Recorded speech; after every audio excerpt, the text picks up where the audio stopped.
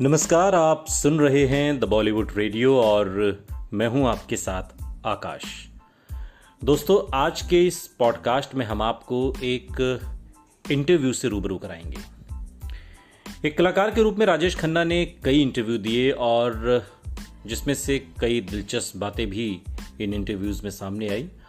और आपको जैसा कि पिछले पॉडकास्ट में भी मैंने बताया है कि 1990 में राजेश खन्ना और अमिताभ बच्चन ने एक साथ मैगजीन को इंटरव्यू देते हुए कई बातों का खुलासा किया था। और इस इंटरव्यू में राजेश खन्ना ने कई ऐसे दिलचस्प बातों का जिक्र किया था।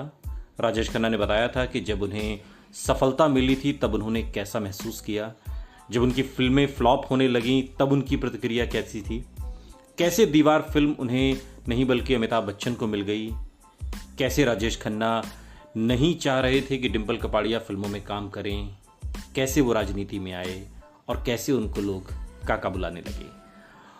आज हम आपको उस इंटरव्यू का एक हिस्सा इस पॉडकास्ट में सुनाएंगे। सवाल होता है, पूरी दुनिया आपको काका के नाम से जानती है, इसके पीछे क्या वजह है?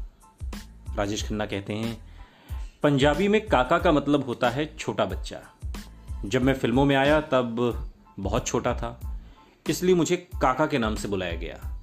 फिर सम्मान के लिए लोगों ने जी लगा लिया, काका जी। आपके लिए सफलता का क्या मतलब है? फिल्म आनंद में मिली सफलता के बाद मुझे ऐसा लगा जैसे भगवान के बगल में हूं।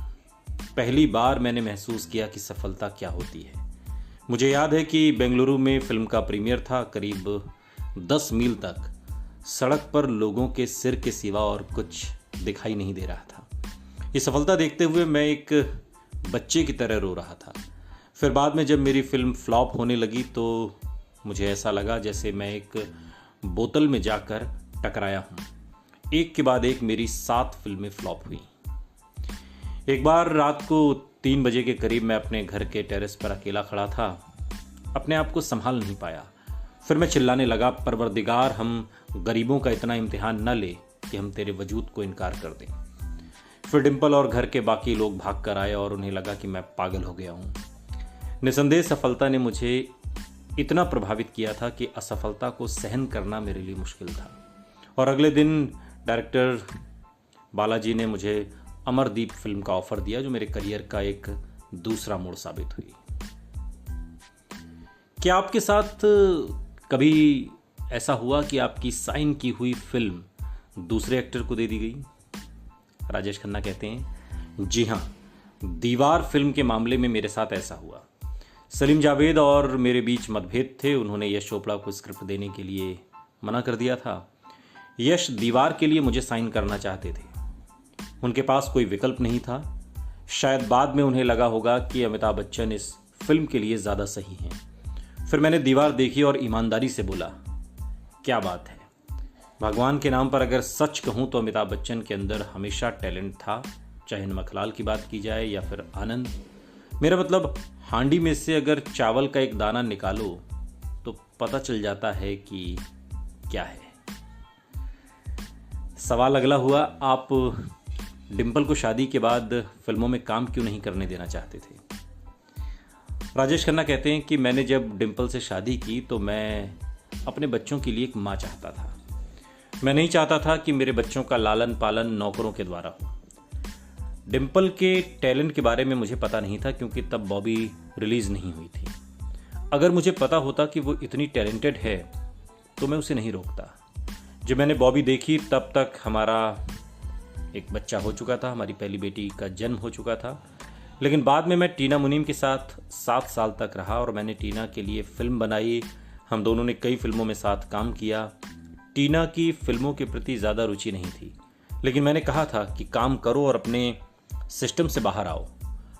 मैं दोबारा वो गलती नहीं करना चाहता था जो डिम्पल के साथ की थी। आप राजनीति में क्यों आए? सोनिया गांधी की एक कॉल मुझे राजनीति में ले आई। मैं हमेशा से कांग्रेसी था। फिर मुझे कांग्रेस पार्टी ज्वाइन करने के लिए आमंत्रण आया और ये आमंत्रण मैडम सोनिया जी की ओर से आया था। मेरे पास कोई विकल्प नहीं था। फिर मैंने हाँ बोल दिया और पार्टी ने जो चाहा मैंने वो किया। मुझे एक ऐसी पार्टी में काम करने के लिए मौका दिया गया जिसकी नीतियों में मैं हमेशा विश्वास रखता था। राजेश खन्ना के कुछ प्रसिद्ध डायलॉग भी हैं और जो अक्सर वो कहा करते थे, मसलन मैंने तेरा नमक खाया इसलिए तेरी नज़रों में नमक हराम ज़रूर हूँ, लेकिन जिसने ये नमक बनाया है उसकी नज़रों में नमक हराम नहीं हूँ। किस फिल्म का डायलॉग है आप ज़रूर बताइएगा। या फिर एक बाबू मोशाय, ज़िंदगी और मौत ऊपर वाले के हाथ में है, उसे ना आप बदल सकते हैं और न मैं। ये भी। या एक और, मैंने तुम्हें कितनी बार कहा है पुष्पा, मुझसे ये आंसू देखे नहीं जाते, आई हेट टीयर्स। या फिर अब गुलाब का फूल खूबसूरत है तो है, अब वो खूबसूरत क्यों है, अबे छोड़ो ना यार। सुनते रहिए द बॉलीवुड रेडियो, सुनता है सारा इंडिया।